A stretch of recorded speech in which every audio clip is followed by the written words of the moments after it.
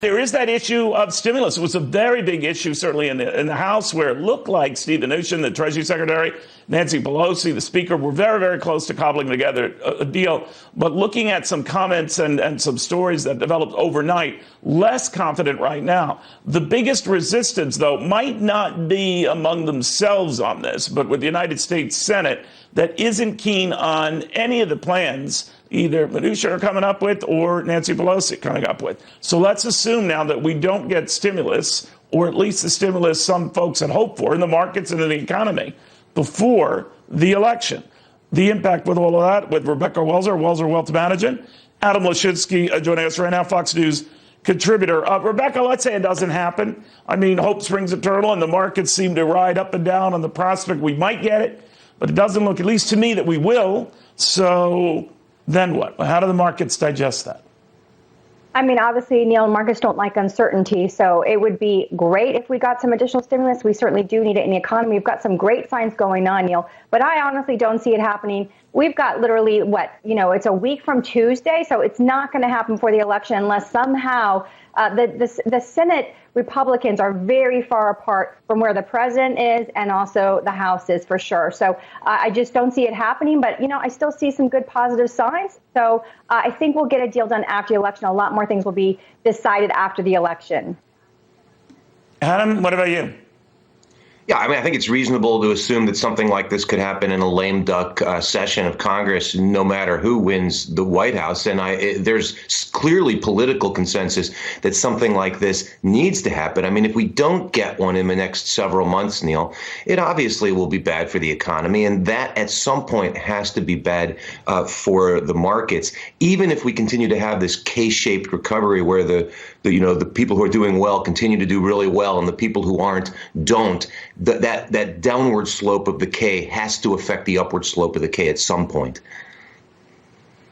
All right, guys, a lot of people have been weighing in about the economic environment. It's the one issue, despite the other general trends in the polls that don't look good for the president, but it's the one issue that goes well for him. More Americans think he would be better able to handle the economy and keep it going than his opponent.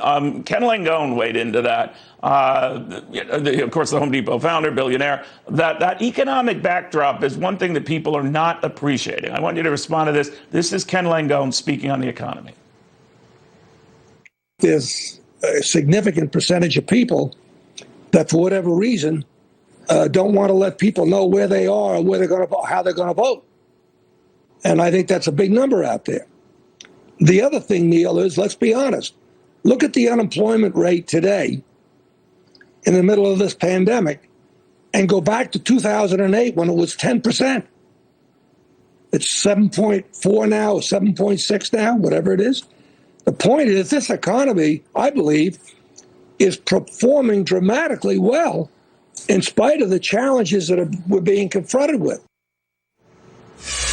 What do you think of that? We've come down to, high 7% unemployment rate. We had gone as high as almost 16% at the height of this pandemic. What do you think, Rebecca, that is the one thing the president will no doubt be pounding? He's arrived at the airport of Florida right now. He's en route to these big, campaign rallies in North Carolina, elsewhere, Ohio. But that theme, that stick with me, the economy is coming back. He's right, Neil. I mean, aside from Biden's problems, if he got elected, as his economic policies, which I don't think are stimulative at all of her economy that's depressed, but he's right. We were expecting 870,000 jobs. We got almost 100,000 less with 787,000 on a week-by-week basis. If you look at which states are the highest filers. You're talking about jobless claims. In the latest period, they were a lot less than people thought. But go ahead. Yeah. Yes, sorry, Neil. Weekless jobless claims, exactly. And we saw a slight bump up the week before, and then we saw almost 100,000 less than we were expecting. And if you look at the states, California and New York are the highest initial filers of unemployment. These are the states that are really shut down. Texas comes out the third, so it's not every state that's shut down, but I'm just saying it's a matter of, are we going to reopen? Are we not going to reopen? Which is why, the election being over will be a really helpful thing to get the economy going back. But President Trump is right. And there's only one more week of initial jobless claims that will come out this coming Thursday before the election. And I think that we're going to see that we're on a trend. but we still need the stimulus, Neil. So we cannot continue this great number. We cannot continue the recovery if we don't reopen or get more stimulus. But he's right. It's a great trend in the right direction. Housing sales are on the fastest pace since 2006. We do have some good economic indicators, but we do have to get the economy reopened. Normally I would side with the economic view. It's the economies do with the markets and how they've been doing. I think all those are very good rationale. I do think, Adam, it's always risky to say this. It's different this time. The virus supersedes everything else, and indications today in the latest day, yesterday, we had almost 85,000 new cases of the virus. That scares folks, and especially in some of these battleground states where it indeed is spiking.